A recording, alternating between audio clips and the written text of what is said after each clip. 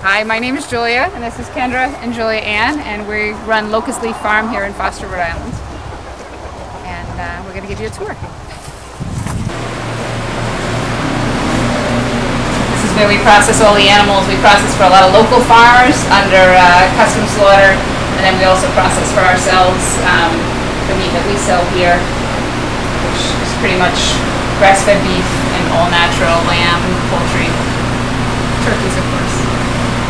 Started the farm years ago. A neighbor of ours gave us a cow, and we debated on whether we wanted to raise our own food. My husband was all for it. I wasn't sure if I could ever eat anything in the backyard, but we took in Cowie was his name, and that kind of began it. We never ate Cowie. He was really too nice.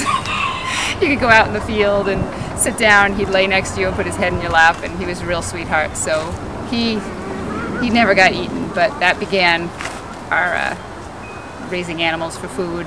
And then as the local market came, we started raising more because the demand from our friends, and it's a little more economical to raise a few more animals. And next thing we know, we were quite a business. And when these guys came along, we were thrilled because we wanted to raise our children on this kind of lifestyle. We decided that farm life is a good way to raise kids, and they're in charge of all the egg sales. They show chickens, and they also have different pets. Like Kendra has ducks that she's going to be raising for show, and they have pigeons. They'd like to get into the business with pigeons eventually, maybe releases at weddings, something along those lines. And as you can tell, they're really bird oriented on that side of the family. Although Kendra's bottle feeding a calf right now. That's going to be our future bull. Birds, these are her show birds, some of them, and then some of them are just layers. The pigeons in the background are their pets that they're also going to start showing, probably starting in December. We have the true Rhode Island Reds, the mahogany Rhode Island Reds, as opposed to the production version, and then the others are pretty much just a mixed match of different birds. And then next to them are our turkeys that are getting ready for Thanksgiving.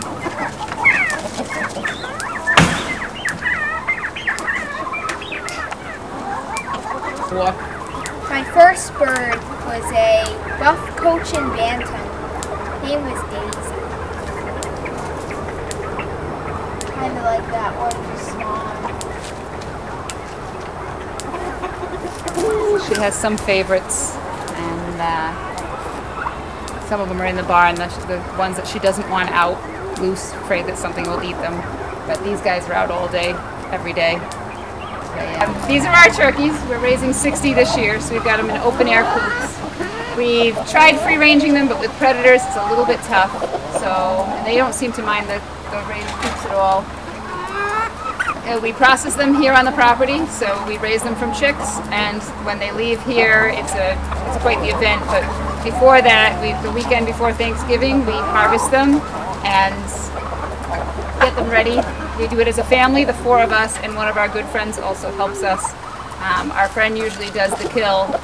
My husband scalds them and puts them in the plucker, and then Kendra is our fine plucker to get any feathers that the big processing plucker doesn't get, and then Julianne and I eviscerate them, and then we soak them overnight so that they're not stringy, and the next day we package them for the customers and weigh them up.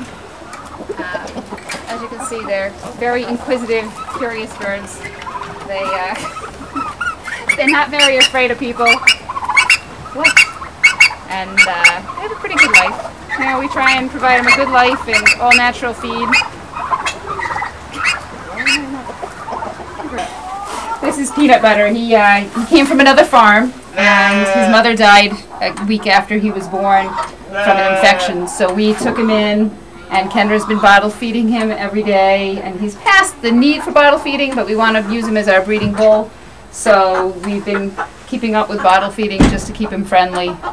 And he's usually out with the other cows, but he's been being pushed away from the food a little bit, so we put him in here for a little while just to get him to grow. And that way we'll have a friendly bull. Yeah, it's on.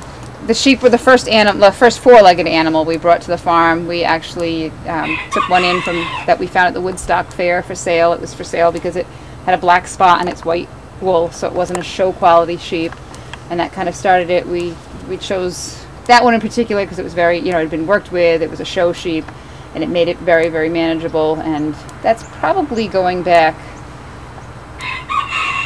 12, no, I guess it would probably be like 16 years now. And some of the brown sheep out there are actually related to that one. They're the daughters of that one. That one's passed. And they do well. All the younger ones that have the long tail are the ones that will be harvested in the fall.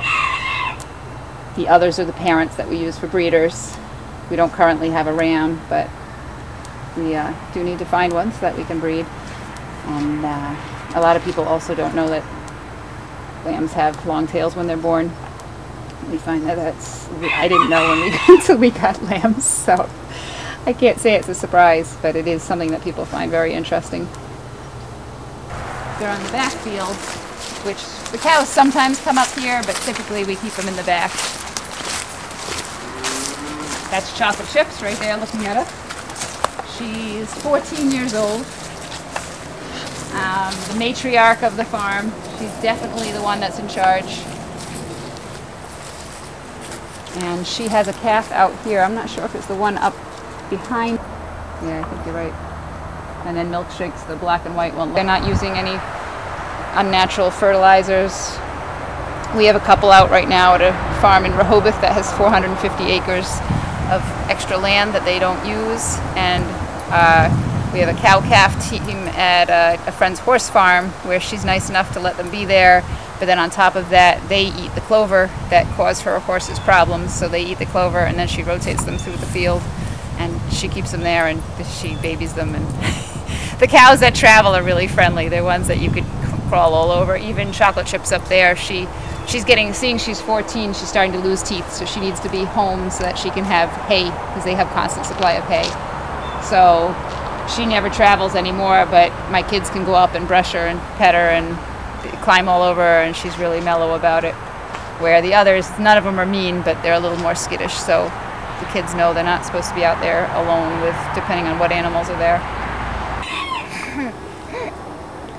What do you think about the farm?